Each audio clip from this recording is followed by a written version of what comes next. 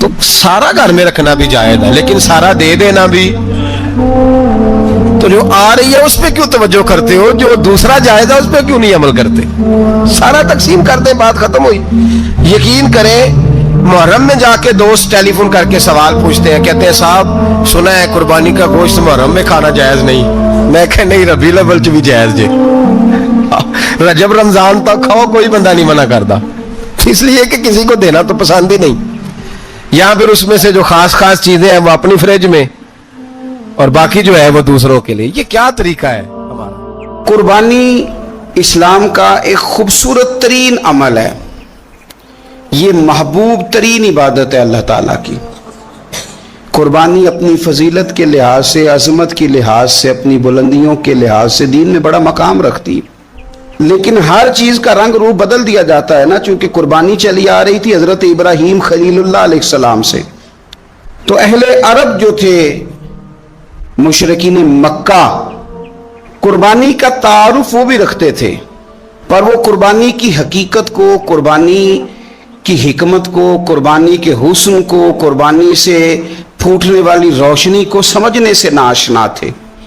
وہ کیا کرتے تھے کہ جب وہ کوئی قربانی کا جانور ذبح کرتے تو اس کا جو خون ہوتا وہ بیت اللہ شریف کی دیواروں کے ساتھ مل دیتے، قربانی کے جانور کا جو گوشت ہوتا وہ لا کے بتوں کے سامنے رکھتے کہ یہ خون کعبے کی دیوار سے خون ملنے سے اور بتوں کے آگے گوشت رکھنے سے شاید ہماری قبولیت ہو جائے گی، ہم نے جانور ذبح کیا ہے۔ کمال ہے میرے رب کریم کی کتاب کا انداز بھی۔ قرآن مجید مختصر الفاظ کے اندر، مختصر جملوں کے اندر، اجمال کے اندر اتنی بڑی تفصیل بیان کر دیتا ہے کہ انسان کے ذہن کے، دل کے، دماغ کے دریچے کھل جاتے ہیں۔ اللہ کھانے پینے سے پاک ہے، بے نیاز ہے مالک۔ رب کریم نے فرمایا لَن يَنَالَ اللَّهَ لُحُومُهَا، فرمایا ہرگز نہیں پہنچتا اللہ کی بارگاہ میں تمہارا گوشت، وَلَا دِمَاؤُهَا، اور نہ ان کے خون، نہ اس جانور کا گوشت اللہ کی بارگاہ میں پہنچتا ہے، نہ خون پہنچتا ہے، تو مالک پہنچتا کیا ہے؟ وَلَٰكِن يَنَالُهُ التَّقْوَىٰ مِنْكُمْ، بلکہ رب کی بارگاہ میں تو تمہارے دلوں کا تقویٰ پہنچتا ہے۔ تمہارے دل میں کیا ہے، تم اپنے رب کی رضا کتنی چاہتے ہو، یہ بات جاتی ہے۔ گوشت اور خون تو یہاں رہ گیا، فرمایا نہ اللہ کی بارگاہ میں خون پہنچ رہا ہے جانور کا، نہ گوشت پہنچ رہا ہے، دل کا تقویٰ پہنچ رہا ہے۔ معنی کیا ہے؟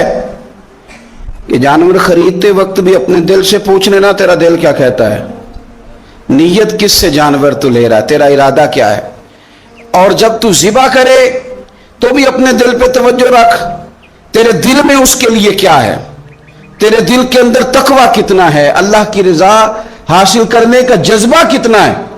اور جب تو اس کا گوشت بانٹے تو پھر بھی تیری نظر آنے والے بندے پر نہیں ہونی چاہیے، جس گھر میں گوشت جا رہا ہے اس گھر پر تیری نظر نہیں ہونی چاہیے، بلکہ تیری نظر تو رب کی رضا پہ رہنی چاہیے۔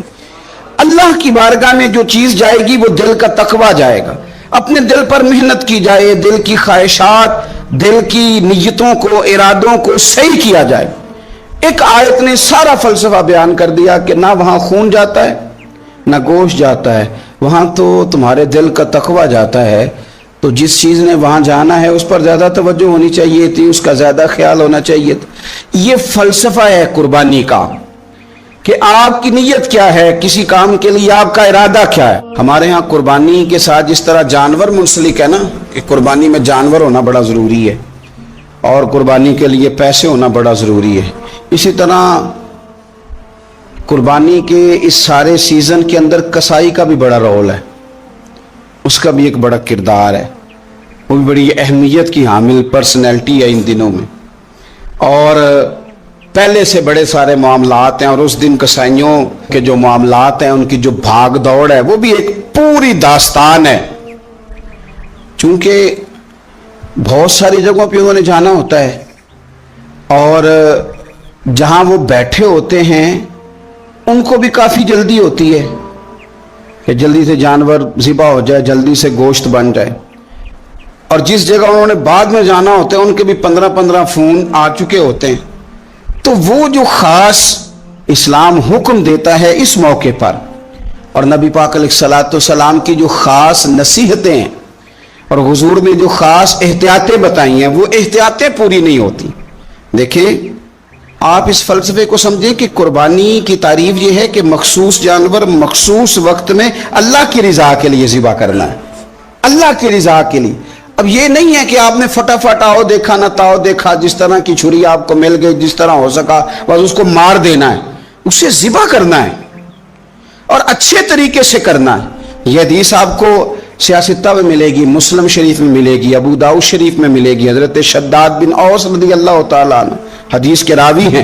نبی پاک صلی اللہ تعالیٰ علیہ وسلم نے فرمایا احسان کرنا اللہ نے فرض کیا ہے ہر چیز پر, مالک نے ہر چیز پر احسان کرنا فرض کیا ہے.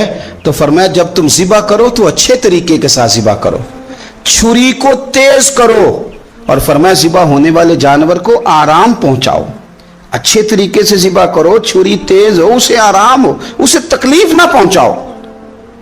اچھے طریقے سے ذبح کرو, اسے ٹھنڈا ہو لینے دو, پھر اس کی کھال اتاری جائے, تھوڑی احتیاط کی جائے, اچھے طریقے سے چیزوں کو لیا جائے. آپ دیکھیے حضور ایک بات کرتے ہیں لیکن سوچ کے دھارے بدل کے رکھ دیتے ہیں. رسول کریم صلی اللہ تعالی وسلم گزر رہے تھے تو ایک شخص نے بکری کے پہلو پر پیر رکھا ہوا تھا اور وہ چھری تیز کر رہا تھا. یعنی بکری کو اس نے گرایا ہوا ہے, لٹایا ہوا ہے اور پہلو پر پیر رکھا ہوا ہے اور ساتھ ساتھ وہ چھری تیز کر رہا ہے. اور نبی پاک صلی اللہ تعالی علیہ وسلم نے کیا خوبصورت بات ارشاد فرمائی. حضور علیہ السلام فرمانے لگے تم اسے 2 موتیں دینا چاہتے ہو, دوہری تکلیف میں گویا تم مبتلا کرنا چاہتے ہو, اس کے سامنے ہی تم چھریاں تیز کر رہے ہو. حضور فرمانے لگے 2 موتیں دینا چاہتے ہو, چاہیے تھا کہ پہلے سے یہ سارے اوزار تمہارے تیار ہوتے تو اس دن کسی ایمرجنسی کا شکار نہ ہو. 3 دن شریعت نے اسی لیے تو رکھے تھے, اسی لیے تو وقت رکھا تھا. آپ اس طرح کا کوئی ماحول نہ بنائیں جس سے جانور کو بھی تکلیف ہو, اذیت ہو. میں نے کہا کہ میرے کریم فرماتے ہیں رب نے ہر چیز پر احسان کرنا فرض کیا. اچھے طریقے سے ذبح کریں, چھری کو تیز کریں, جانور کو آرام پہنچائیں. لیکن دکھ کی بات یہ ہے کہ ہم ایک دوسرے کا ساتھ نہیں دیتے, مقروض ذہنی اذیت کا شکار ہے. 3 دن ہے نا عید کے, تو ایک جوڑے سے بھی گزارے جا سکتے ہیں, ایک سے بھی. اکثر لوگ تو ویسے ہی عید کی نماز پڑھ کے سو جاتے ہیں, اور جو بیدار بھی ہیں وہ بھی کپڑے بدل کر کے جانور کے ذبح میں مشغول ہیں. ہم نے اس عید پہ کوشش کرنی ہے کہ ہماری گلی میں, ہمارے محلے میں, ہمارے دائیں بائیں تھوڑا سفر کریں, بچوں کو دیکھیں, سرکاری سکول سے نکلتے بچوں کو دیکھیں, مساجد مدارس سے نکلتے بچوں کو دیکھیں. ہم نہ 1-1 2-2 کا ساتھ دیں. میں نے جمعے میں امیر لوگوں سے کہا تھا کہ قربانیاں کرنی تو ہے ہی, تو تم تو سارا سال گوشت کھاتے ہو. کیا آپ کو بتاؤں کہ ہم اس وطن میں رہتے ہیں جہاں فریج اور فریزر بڑی عید سے پہلے زیادہ بکتے ہیں. فریج نہیں لے آؤ, بڑی لے آؤ, چونکہ گوشت سیو کرنا ہے, سارا سال بھی تو ملتا ہے نا امیروں. میں نے تو کہا تھا اس گاؤں میں لے جاؤ جہاں قربانی کوئی نہیں کر رہا, ذبح ہی وہاں جا کے کر لو. تھوڑی سی گنجائش بنائیں اپنے دلوں میں. یہ ضروری نہیں کہ سامنے والا آپ کا شکریہ بھی ادا کرے, اپنے گھروں میں تھوڑا حوصلہ قناعت لائیں. حضرت عائشہ صدیقہ رضی اللہ تعالیٰ عنہ فرماتی ہیں ایسا نہیں تھا کہ ہمارے گھر کے اندر مال نہیں آتا تھا, اللہ کے فضل سے بڑا کچھ آتا تھا, لیکن فرماتی ہیں ہم احسار کر دیا کرتے تھے. حضور کا مزاج احسار کر دینے کا ہے. یاد رکھنا, شمع سے اگر کئی شمعیں جل جائیں تو اس کی روشنی میں کبھی کمی نہیں آتی. ہزاروں دیے بھی جل جائیں تو یہ دیے ماند نہیں پڑتے. مہنگائی بڑی زور کی ہو گئی, غریب آدمی کی آزمائش بڑھ گئی. ہمیشہ مہنگائی سے غریب لوگ متاثر ہوتے ہیں. امیروں کی تو چیزیں مہنگی ہو جاتی ہیں, وہ تو سنگل انہوں نے جمع کی ہوتی ہیں, مہنگی ہوتی ہیں تو ڈبل میں بیچتے ہیں. غریب پستا ہے. لیکن دکھ کی بات یہ ہے کہ ہم ایک دوسرے کا ساتھ نہیں دیتے, مقروض ذہنی اذیت کا شکار ہے. 3 دن ہے نا عید کے, تو ایک جوڑے سے بھی گزارے جا سکتے ہیں, ایک سے بھی. اکثر لوگ تو ویسے ہی عید کی نماز پڑھ کے سو جاتے ہیں, اور جو بیدار بھی ہیں وہ بھی کپڑے بدل کر کے جانور کے ذبح میں مشغول ہیں. ہم نے اس عید پہ کوشش کرنی ہے کہ ہماری گلی میں, ہمارے محلے میں, ہمارے دائیں بائیں تھوڑا سفر کریں, بچوں کو دیکھیں,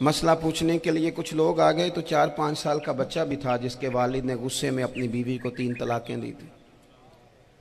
تو چھوٹا سا بچہ، کپڑے بھی پھٹے پرانے، اور حالت بتا رہی تھی کہ غریبی ہے. تو جب میں نے مسئلہ بتایا کہ 3 طلاقیں ہو گئی ہیں تو واپس جانے لگے، تو بچہ مجھ سے کہتا ہے، دیہاتی آدمی تو کہنے لگا، مولوی صاحب میری اماں تے نانی کہنی اسن پوچھ کے آئی آپ کہ ہن اسی لہدا لہدا ہی رہنا ہے. تو اس بچے کی نونہال کی وہ کیفیت دیکھی تو میں رو پڑا.